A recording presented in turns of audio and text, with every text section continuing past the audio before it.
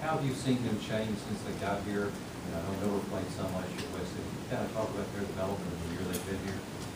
Yeah, first of all, again, two local guys that kind of cling together as soon as they walked on campus. I was just talking to them in the sauna the other day. They both were headed to go down fishing your way. So I think that's good. I think that's good that those guys they're going to play beside each other, and I think it's good that they get to know each other a little bit better. I heard Cal talk about they need to learn how to touch each other. Did he say something like that? I'm talking about needs to learn how to, they need to learn how to communicate with each other, and offensive line, you better be able to understand what he's doing. They're going to have to be hip to hip to work up from double teams. They need to know how to step with the right foot. I think it's important that they are close enough to communicate that way. So, but they've both bodies have changed, and both the way they talk to you is a little bit different. Darian was a little bit more of a shyer kid. Same with Zach. Both of them were a little shy. They now got the good look in their eye that you want from a college athlete. And I think that's one of the biggest ways that they've changed.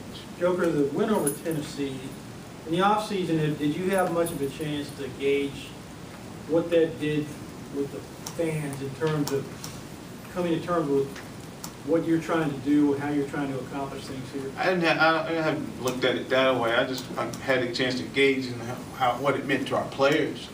And again, especially our young players. Watching those young guys,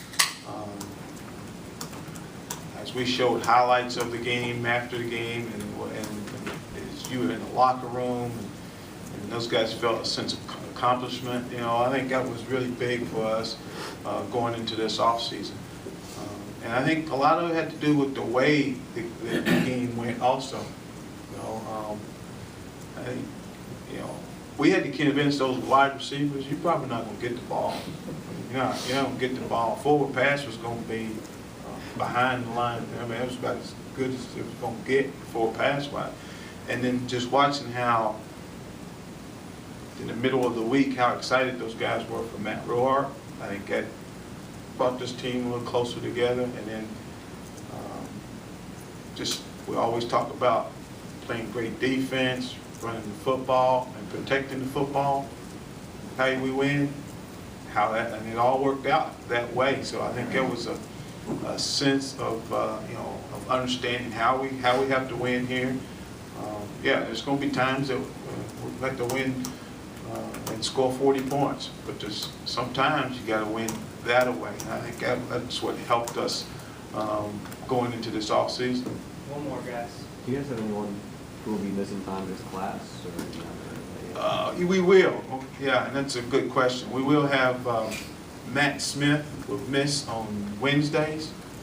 He's doing student teaching, and therefore what we will do is we'll move Larry Warford into center, which is probably his natural position, and we will give the two young pups a chance to get reps at the guard. I think that's going to work out well for us. I really do. Now we'll get Zach West, we'll get Tevin Eatman a chance to get first team reps.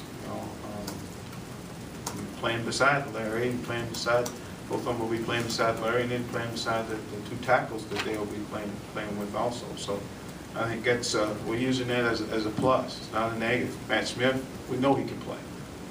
We know Larry can play, which we have someone else to put in there at center. But we feel like this gives us our best chance of getting those two guys ready to play for the season. All right. Thanks, guys. Thank you, guys.